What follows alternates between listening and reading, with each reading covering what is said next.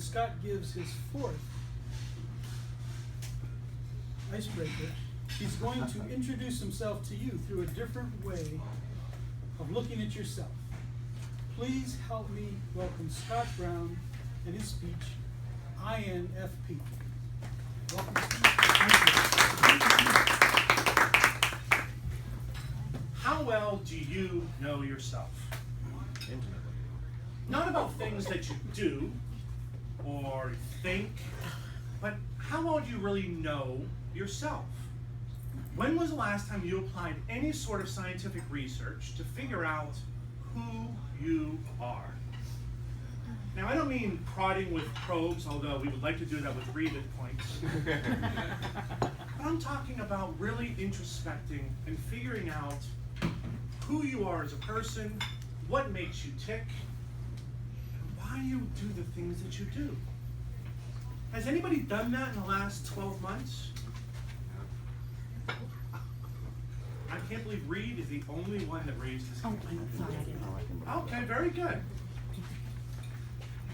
Who's heard of Myers-Briggs? Who knows what Myers-Briggs really is? Very good. Myers-Briggs is a way of talking about your personality preferences. They're not about personality traits. Traits are innate characteristics that you're given naturally. Preferences are the way you're wired that you prefer to look at the world. And Myers-Briggs looks at you in 4 distinct ways, each placed on a spectrum with opposite ends representing the 2 sides of what you can possibly be. I am an INFP. And if you know what Myers-Briggs is, you probably think, so let me explain.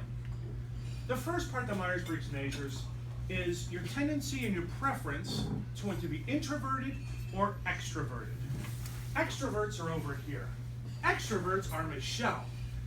Extroverts are the ones that want to be around people, that need to be around people, that love people, that get energy from people. Introverts, on the other side, are me. I don't like people. They are a necessary evil that we have to deal with in the world. However, I love being around people. It's a conflict I deal with every single day. When I'm around people, though, in order to get energy and to be around more people, I need to retreat to my own head, my own space, and re-energize with my own thoughts away from said people.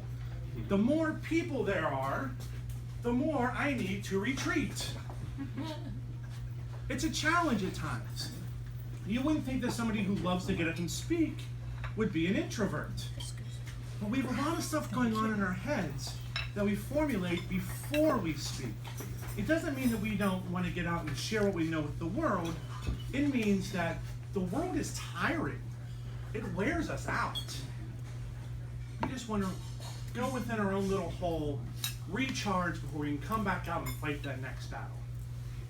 The second part, the end, it's your level of intuitiveness. Now, what does that mean? Intuitiveness are those folks that look at a picture, such as this, and they don't just see a train station with people milling about. They see the story of the people in the train station milling about. They see the possibility of what could exist within the world, not just what does exist within the world. It's not concrete, it's abstract.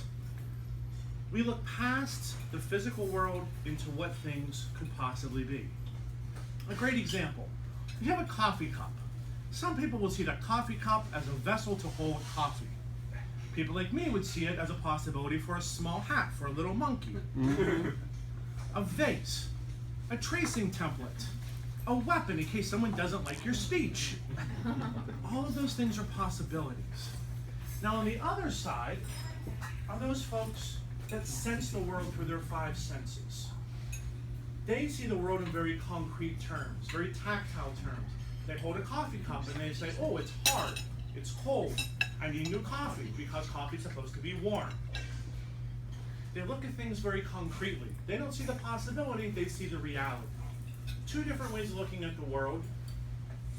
I tend to follow the intuitive side. The third way is, how do you make decisions?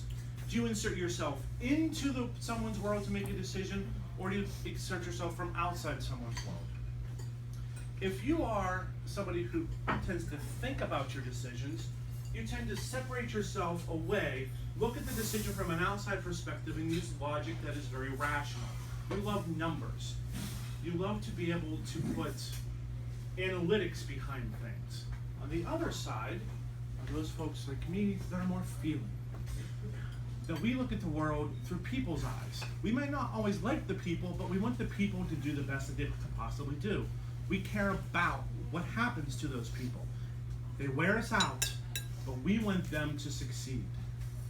And finally, the last part, the part that everybody sees, that is how you organize your world. There's two different ways. There's the J, the judgmental part, which isn't really judgmental, but it's more organization. Those are the folks that live their life through lists. My wife makes lists every day. You know what the first item is on her list? Make lists. There's a structure, point A to B to C to D to E. If you don't follow said structure, you're doing it wrong. Me, on the other hand, I'm a perceiver. I look around the world and see all kinds of stuff.